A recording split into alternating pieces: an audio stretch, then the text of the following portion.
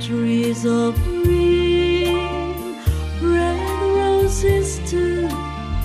I see them bloom for me and you, and I think to myself, what a wonderful world.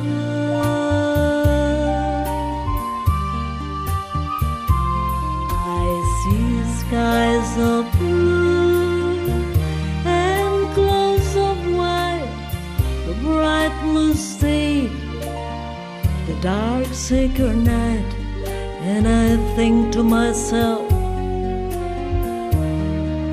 what a wonderful world.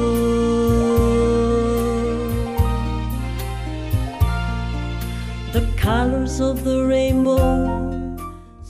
Hola queridos amigos, ¿cómo están? Nuevamente un gusto que nos encontremos y hoy para disfrutar de un gran placer, la música, la ópera. Vamos a recorrer 3 grandes teatros musicales importantísimos del mundo: la Scala de Milán, el Bolshoi de Moscú y el Opera House, también conocido como el Lincoln Center.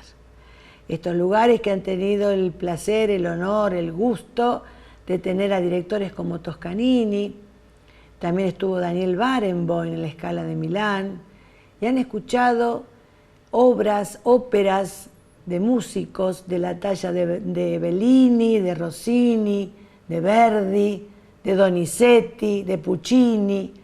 Bueno, realmente un programa para relajarse, distenderse, olvidarse de todos los problemas que nos agobian y poner en primer lugar a la querida música, que realmente nos eleva el alma.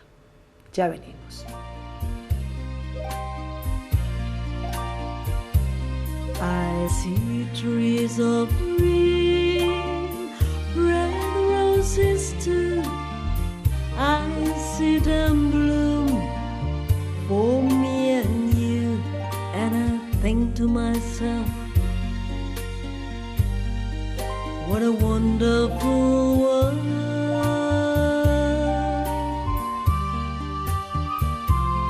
I see skies of blue and clouds of white, the bright blue sea, the dark sacred night, and I think to myself,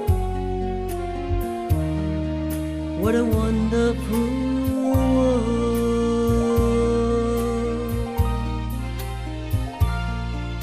The colors of the rainbow.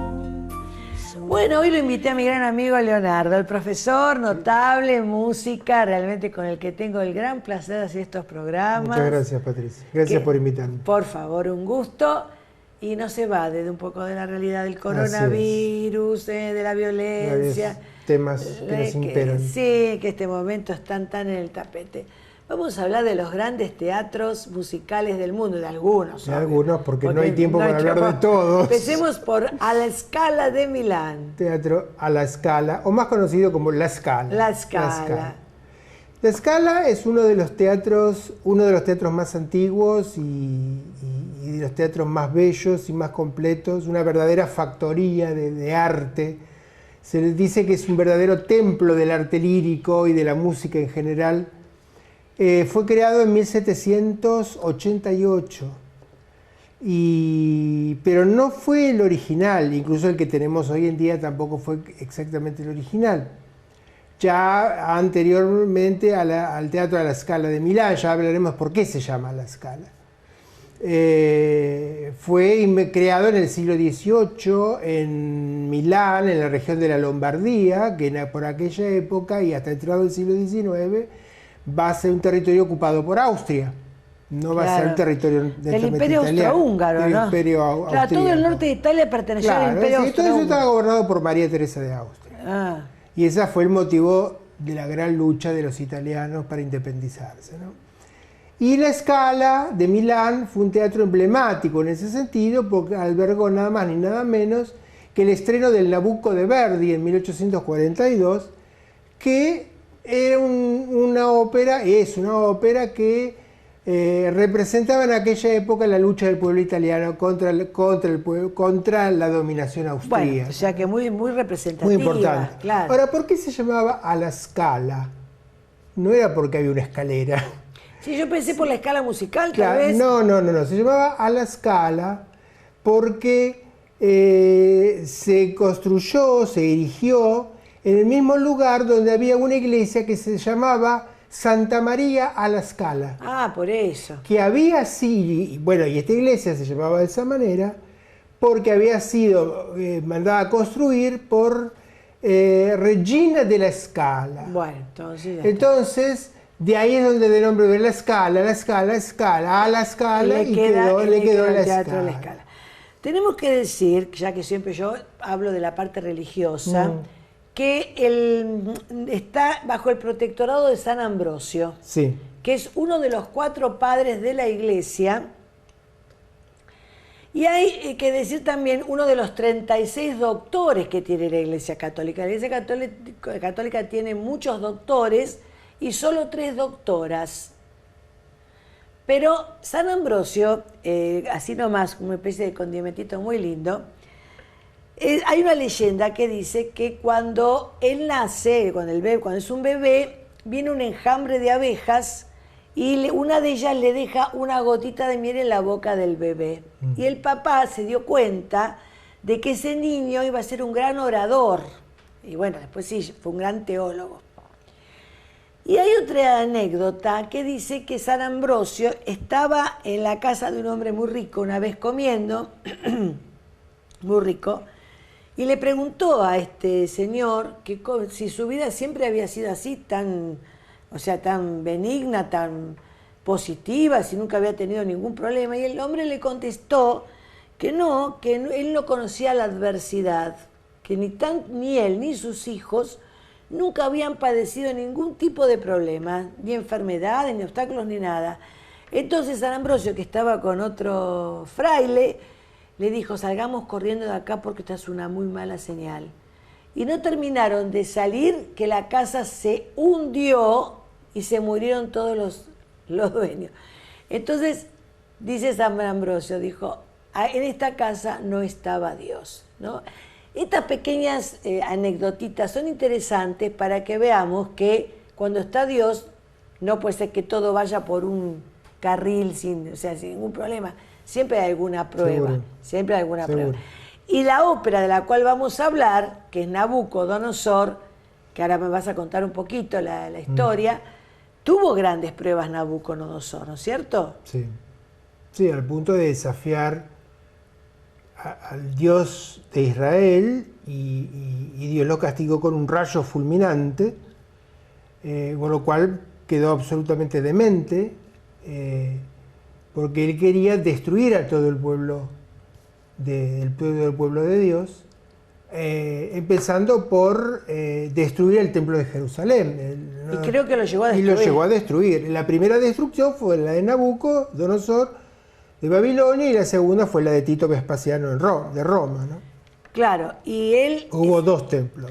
Y él no solamente que se consideraba un emperador de los babilonios, porque también hay que decir que Nabucco fue el que mandó construir los jardines colgantes de Babilonia, que son una belleza, pero él llegó a considerarse Dios él mismo. Así es. Él se consideró Dios. Ante semejante soberbia, Dios hace esto, lo hiere con ese rayo y queda completamente demente. Estuvo como 7 años, eso está en la Biblia, en el libro de Daniel, es bíblico. Sí, sí. Y estuvo 7 años vagando por el bosque hasta que nuevamente creo que pide perdón, y ahí entonces Dios lo cura y vuelve al...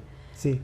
Obviamente en la ópera de Verdi no va a estar 7 años, Nabucco no va a estar 7 años de mente, sino que es solamente un acto. Bueno, me imagino.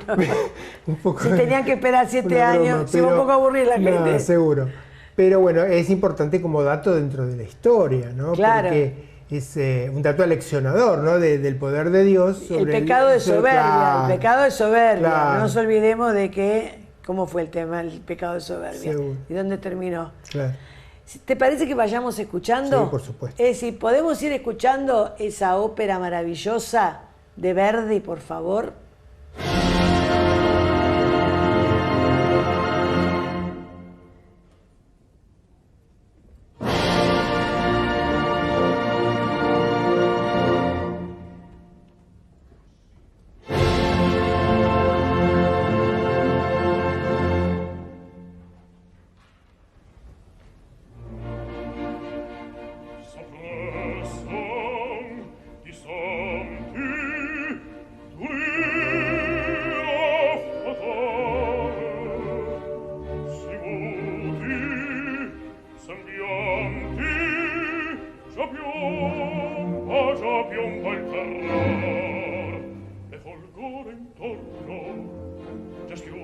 volare, apprestano un giorno di lutto e sorrore.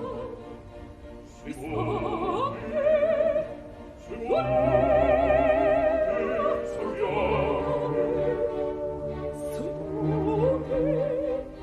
sappiamo,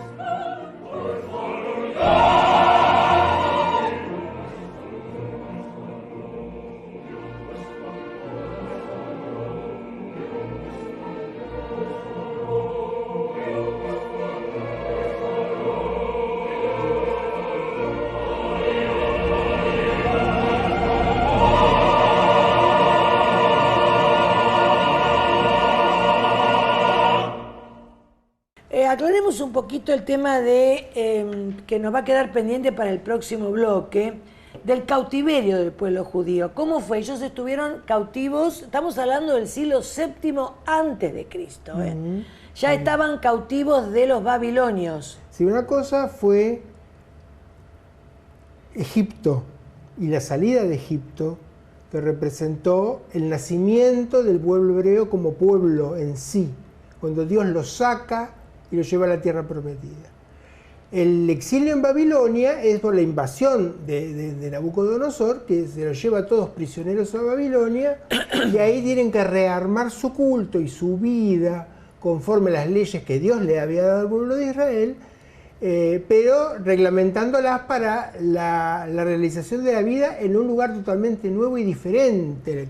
¿Y esto fue posterior a lo de Egipto? Sí, obviamente. ¿Cuánto más o menos había pasado? Unos cuantos siglos. O en la Biblia todo pasa muy lentamente. Claro, el tema es que entonces lograron salir del cautiverio del faraón y después de unos siglos volvieron a caer. Llegan a la tierra prometida. Llegan a la tierra prometida y después vuelven a caer. Ya con el templo primer templo de Jerusalén construido, conforme a las normas de Dios, aparece Nabucodonosor, destruye el primer templo y lleva a los hebreos al exilio en Babilonia. Ah, pobre, o sea que es un pueblo muy sufrido, el pueblo hebreo. La verdad, pues ya 40 años estuvieron caminando en el desierto. Bueno, en el próximo bloque ya nos vamos a ir a Rusia, así nomás, estamos en un avión, nos vamos para Rusia, y nos vamos al Bolshoi. ¿Quién no ha oído hablar del Bolshoi? Te hace célebre teatro de Moscú.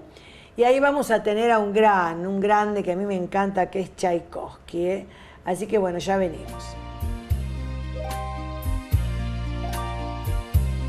I see trees of green, red roses too. I see them bloom for me and you, and I think to myself, what a wonderful world. no conocemos mucho del teatro Bolshoi, pero es un teatro muy importante, ¿no es cierto? Sí, realmente muy importante. Sobre todo en cuanto a la formación de bailarines y de la danza clásica.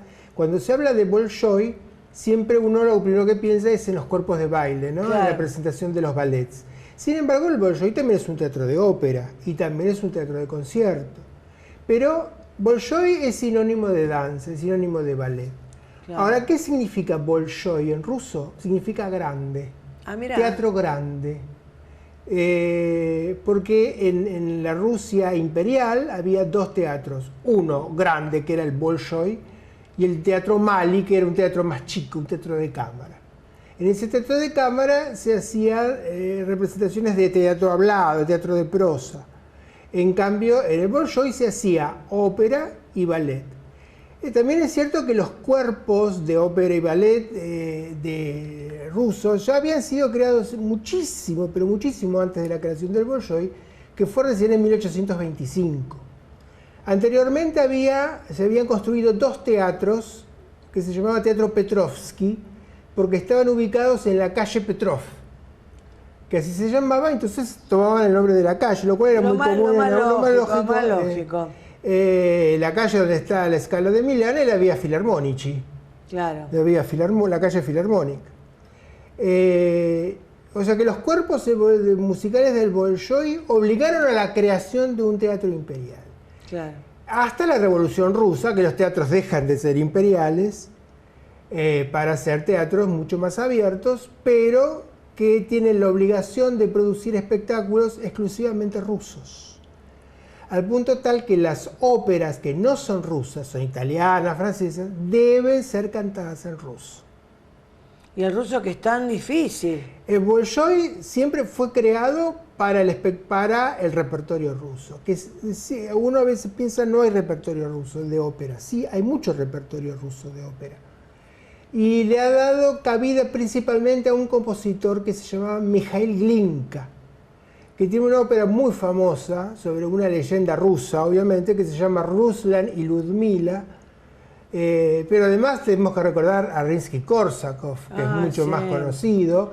El propio Tchaikovsky tiene varias óperas, además de ballets y música instrumental, tiene varias óperas. Eugenio Onegin es una maravilla de ópera del romanticismo ruso, sobre texto de Pushkin, obviamente. Y Yolanta, La Dama de Pique, tiene varias óperas, Mazepa, y varios compositores. Es un teatro todo en rojo y dorado, como es prácticamente casi todos los teatros construidos durante el siglo XVIII y el siglo XIX. Y además algo importante, esta forma que tienen los teatros, que decimos que se llama forma de herradura, porque es realmente forma de herradura. Claro, semicircular. Como es el Teatro Colón nuestro, ¿no? Sí. Es el típico teatro italiano. Claro, o sea que todos se copiaron de la recién los estructura. teatros construidos hacia fines del siglo XIX o en el siglo XX van a empezar a tener forma de auditorio, forma de gradas, de manera tal que nunca va a estar el problema de que desde alguna perspectiva no se puede ver completamente el escenario. Claro. Pero la Scala de Milán, la Ópera de París, otro teatro maravilloso, el Palais Garnier, que es de una arquitectura soberbia, el Bolshoi, son teatros realmente desde su arquitectura muy tradicionales. Y bueno, hoy el Teatro Bolshoi alberga desde la ópera todo el repertorio internacional. Me imagino que será más abierto que... Muchísimo más abierto, claro. Ya no existe el teatro imperial, es un teatro estatal, obviamente, como también... Académico también, claro, ¿no? Claro, porque tienen una academia de formación de bailarines. No olvidemos de dónde nace Nijinsky, claro. El gran bailarín del fines del siglo XIX y del siglo XX, o Vasiliev, o Mikhail Baryshnikov. Todos salieron de la escuela del Bolshoi. Lo he visto en Nureyev, todos ellos han salido de allí. Son reconocidos, Rudolf claro. Nureyev. Bueno, si podemos ir viendo a nuestro querido Tchaikovsky, Pas de Quatre, ¿no? De Swan Lake, El Lago de los Cisnes. ¿Quién no ha escuchado hablar del Lago de los Cisnes? Vamos a ver bailar esas 4 bailarinas, porque pas de 4 significa paso de 4. Así que son 4 bailarinas que nos van a deleitar. Así que ya venimos y lo vemos.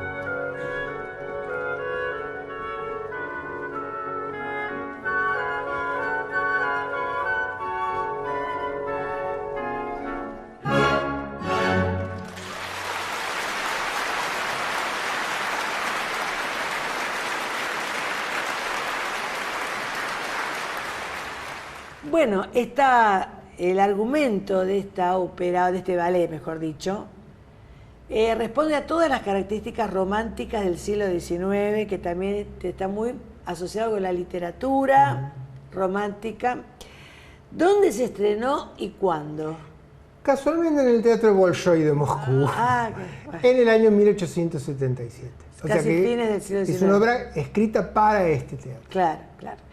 Y el argumento, si bien ya el romanticismo, por lo menos en literatura, fue hasta 1850, hay una segunda generación romántica, pero no con las características de la primera que tenemos a los proscriptos, entre los cuales estaba Sarmiento, Echeverría, Mármol, todos odiando a Rosas de forma acérrima. Hay una segunda generación romántica, pero ya no fue tan virulenta como la primera. La primera buscaba la literatura para poder expresar sus ideas, ¿no? Pero sí tiene en común con todas las óperas y las obras románticas que el amor de los protagonistas no se va a concretar acá. Toda novela romántica termina mal. Amalia, María, de Jorge Isaac, bueno, Echeverría, La cautiva, bueno, y tantas otras. Todas terminan pésimos, se muere uno, se muere el otro, o se mueren los dos. ¿Por qué? Porque según la concepción romántica, el amor era tan sublime que acá en la tierra era imposible concretarlo.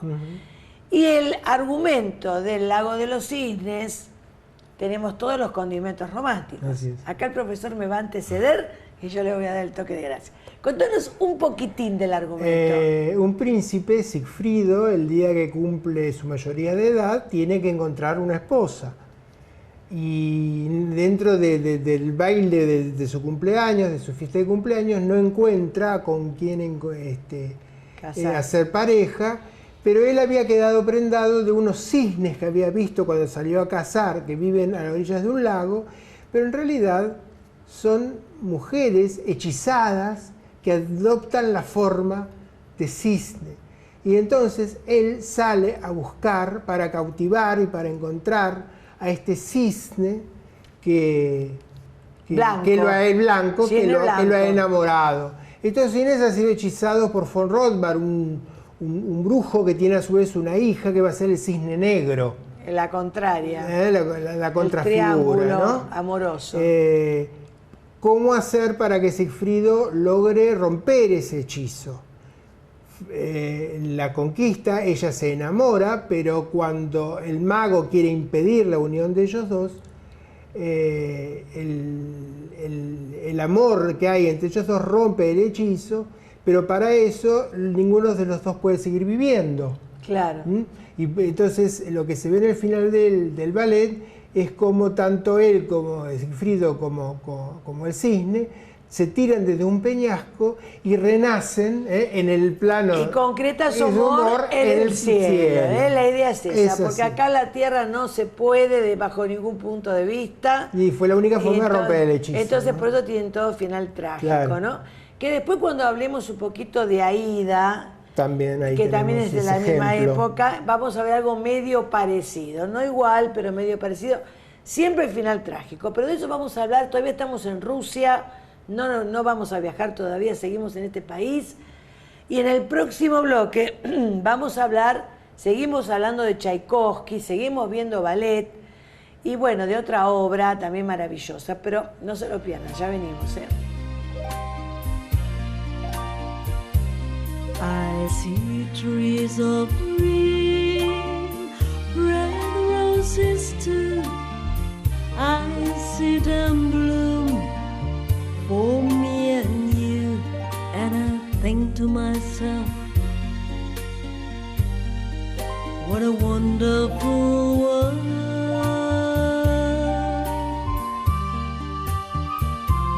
I see skies of blue and clouds of white, the bright blue sea, the dark sacred night.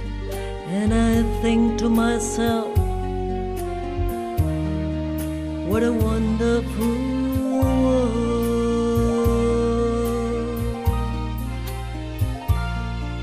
The colors of the rainbow. Bueno, Tchaikovsky se inspiró mucho en los cuentos, ¿no es cierto? Que son tan famosos como La Bella Durmiente. Que te digo que los tuve que releer porque no me lo acordaba más. Lo leí cuando era tan chiquita. Pero toda la idea siempre basa sobre lo mismo, ¿no?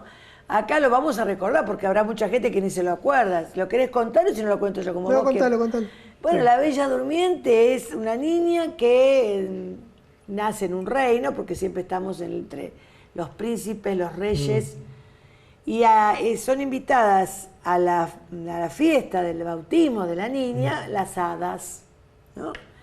Y todas las hadas vienen a traerle un regalo que sería un don, una virtud que ella va a tener, esta niña. Pero parece que los papás se olvidaron de invitar a la vieja y mala Carabús, algo así se llama, creo que no es una hada, más bien es una bruja. Es una bruja. Claro.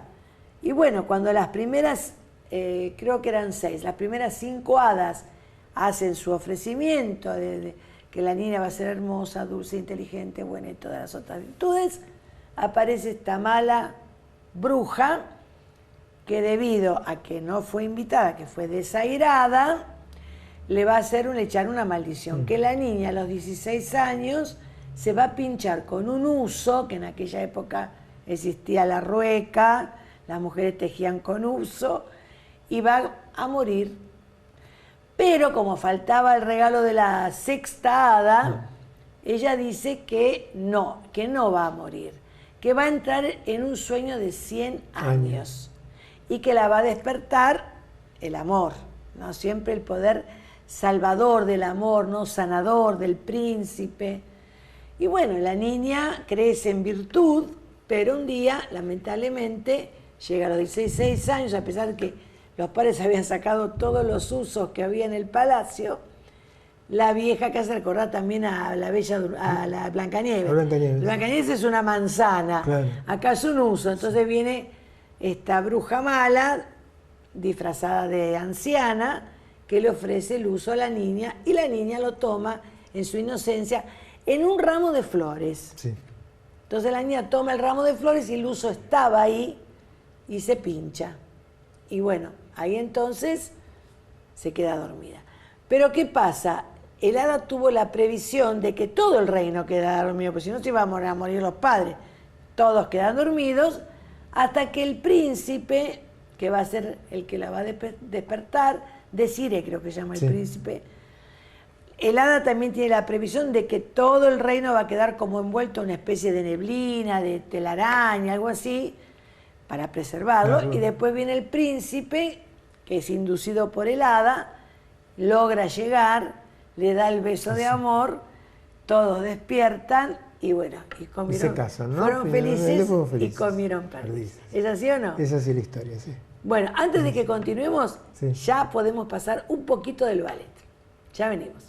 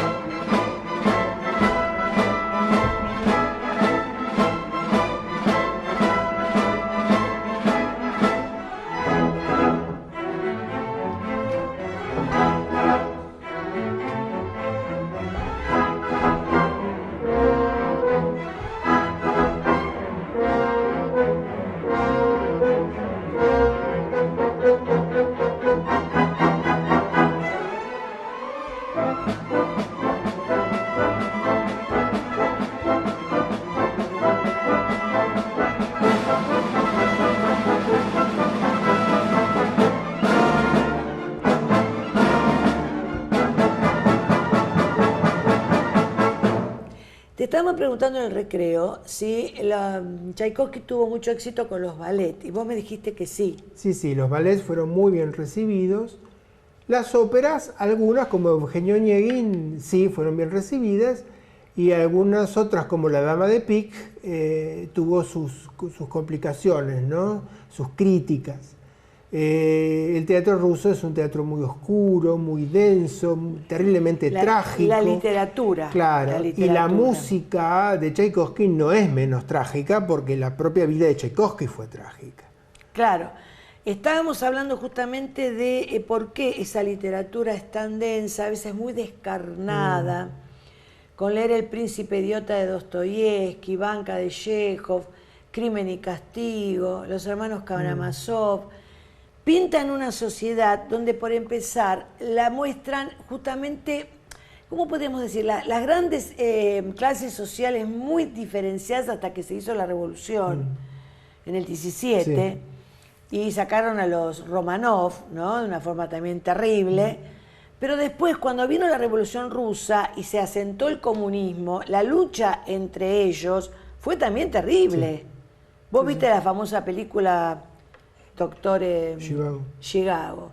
La viste esa película, ¿no? Que es una película maravillosa. Y ahí te muestra cómo es la sociedad rusa, también la opresión que sufre ese pueblo. Y todo eso está traducido en la literatura. Claro. Porque nosotros, acá en América, si bien hemos tenido episodios terribles, pero no hemos pasado ninguna guerra, gracias a Dios, ni hemos pasado las hambrunas que han tenido en los otros países de Europa, entre ellos Rusia. y hemos estado sometidos a terribles dictadores como puede haber sido Stalin. ¿Vos te acordás de las purgas de Stalin? Sí, sí. La cantidad de gente que mandó a matar el mismo Stalin, gente de su propio pueblo. Entonces, eso nosotros no lo hemos padecido, gracias a Dios, y por lo tanto no está reflejado en la literatura, pero ellos sí han padecido todo eso, y bueno, Bien. por eso vos me decís que las óperas no son tan exitosas, digamos así. Y son duras, son difíciles, son hermosas, son bellísimas, pero son extremadamente largas, Ajá, con argumentos muy intrincados. claro. Boris Godunov es una ópera de repertorio maravillosa, pero es larguísima.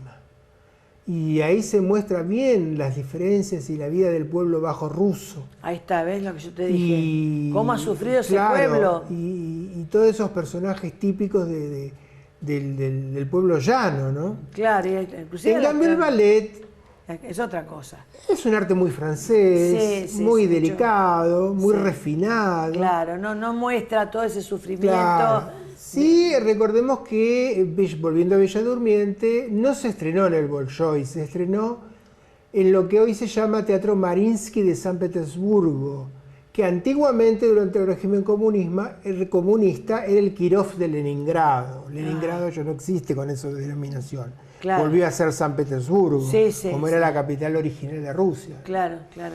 Y hoy se llama Teatro Mariinsky. Es un pueblo, el ruso es un pueblo muy sufrido, muy Absolutamente. sufrido. Inclusive la esclavitud en Rusia creo que llegó hasta pasado el siglo XIX, ya al principio del XX también había esclavos. Un país además con una geografía muy particular, un clima muy también particular. El clima terrible, toda la parte norte, y sigue estando ese clima en Siberia. No, un pueblo pero de realmente una muy sufrido. cultura y Bueno, de un arte maravilloso. pero miraba mucho a Francia, ¿eh? Sí, miraba mucho. Francia. Mucho, para ellos Francia era su ideal. Es interesante cuando uno va estudiando la ópera italiana, cómo varios compositores italianos en el siglo XVIII tuvieron su puesto de maestros de capilla en Rusia. Ah, mira. En Rusia gustaba mucho la ópera italiana. Claro. Es más, ahora se han reexhumado óperas rusas del siglo XVIII, que no sé, que sabía que existían, de compositores rusos en ruso, pero con una música absolutamente italiana. Claro. Al estilo de la ópera italiana. Sí. Inclusive el doctor Zhivago, el protagonista que lo hizo es incomparable Omar Sharif, va a estudiar a Francia, a París, Claro. porque él pertenecía a la alta sociedad. Claro. Y después vuelve a su Bueno, a durante su la patria. Rusia imperial, el pueblo bajo hablaba ruso. Las clases altas hablaban francés. Claro, por eso. Bueno, en el próximo bloque vamos a hablar del Metropolitan Opera House Lincoln Center. Todo eso así se llama. Y realmente vamos a hablar de dos grandes óperas que fueron Aida de Verdi, La Traviata también es de Verdi, ¿no es cierto? Así es. Así que bueno, vamos a hablar de todo eso, así que ya venimos.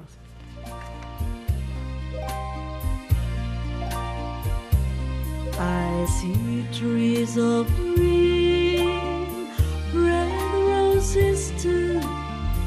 I see them bloom for me and you, and I think to myself, what a wonderful world.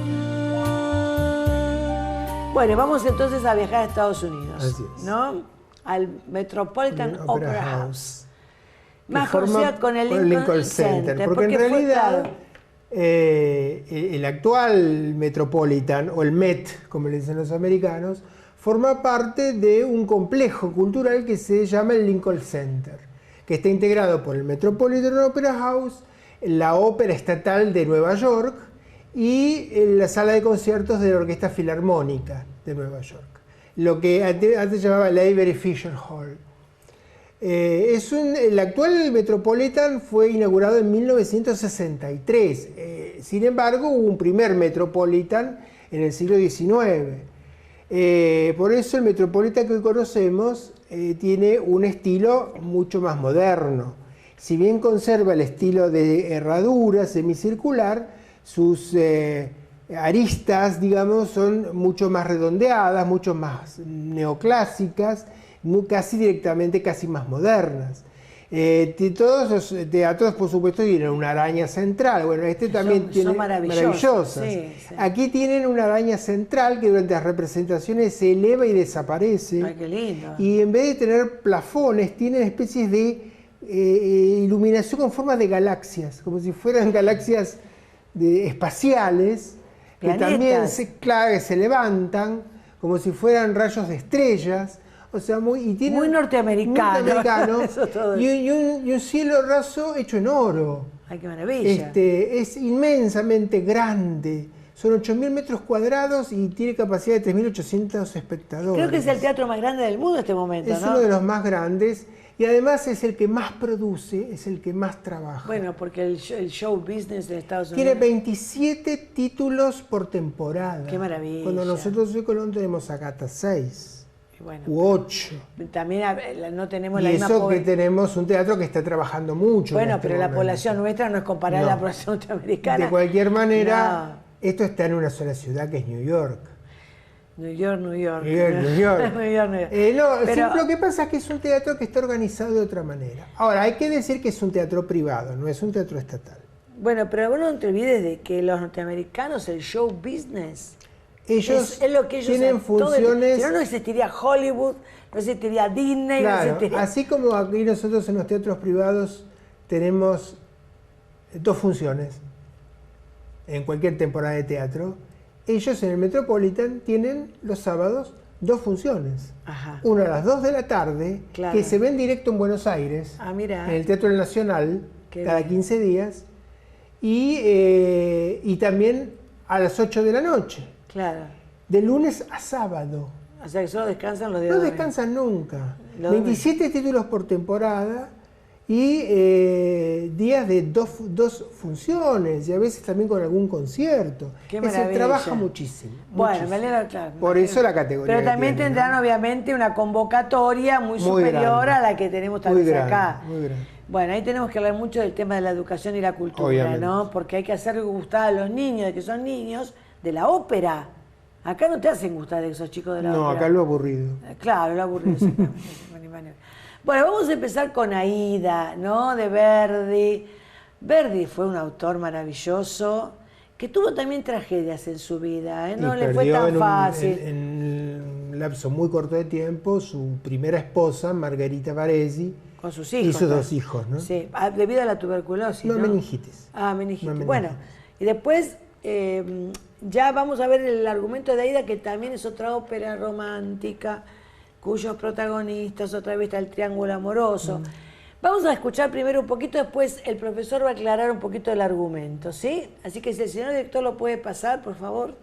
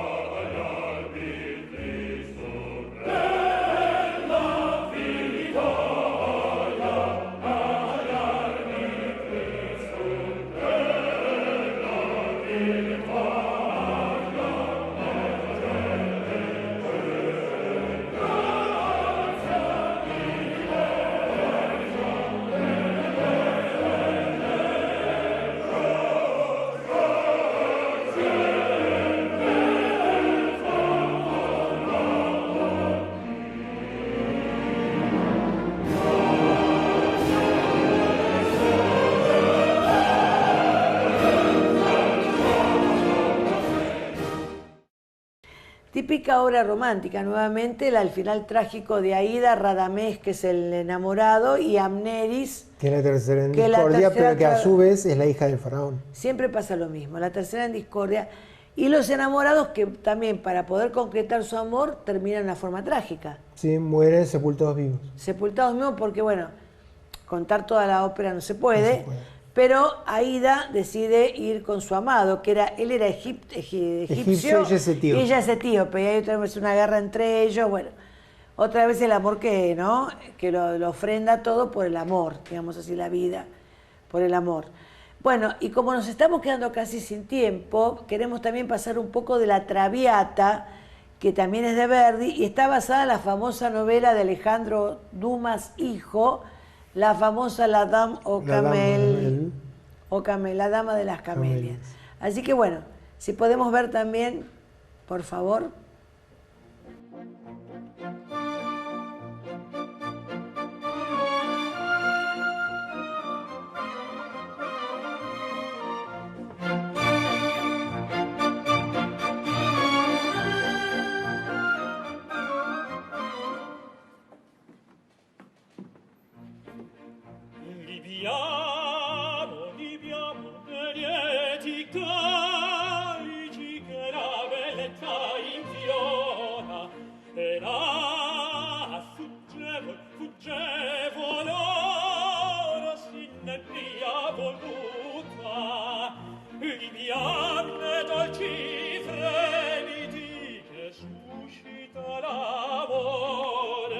Poiché quello che ho al cuore onnipotente va.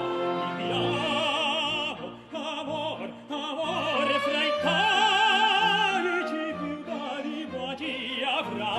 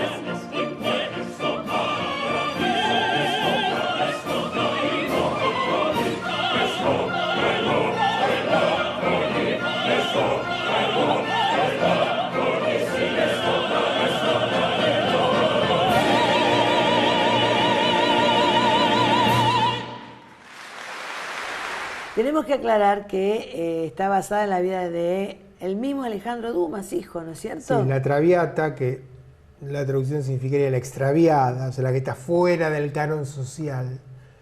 Es la verdadera historia que vivió Alejandro Dumas hijo con Marie Duplessis, que era esta cortesana que vivía de fiesta en fiesta y que recibía gente amiga en sus reuniones, pero que vivía a costillas del noble que era Monsieur Duplessis, con quien vivía y de quien Alejandro Dumas hijo se enamora, y Alejandro Dumas padre hace todo lo posible para separarlos, sí, por una cuestión de prosapia social, ¿no? De estatus social.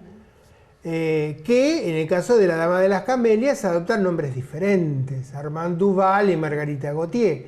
Y en la Traviata de Verdi es Alfredo Germont y Violeta Valéry. Valéry, toman otros nombres, sí. La Dama de las Camelias era porque esta señorita, cuando estaba con la menstruación, se ponía una flor roja para que los caballeros supiesen que ese día no estaba disponible. Disponible, claro. Claro, cuando estaba con la camelia blanca, entonces estaba disponible. Y ella lo indicaba de esa manera.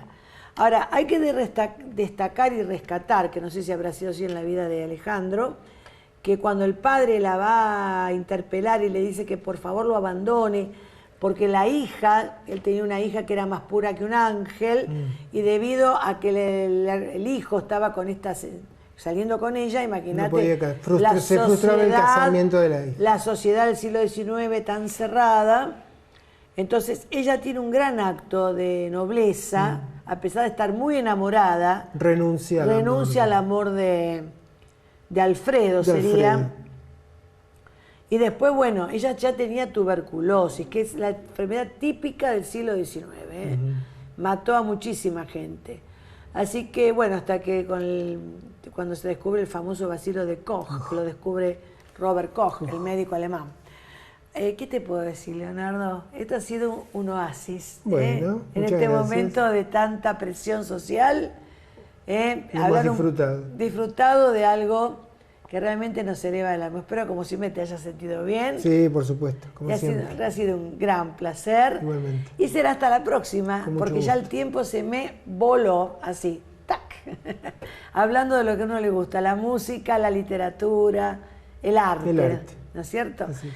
Y bueno, me despido de ustedes y espero que también lo disfruten muchísimo y que puedan ver las óperas de nuestro querido Colón. Así es. Que muchas veces las han hecho también. Sí, forma parte del repertorio del teatro. Claro. Así que bueno, será hasta una nueva visión de Protagonistas por Siempre, Dios mediante. Gracias. I see them bloom for me and you, and I think to myself, what a wonderful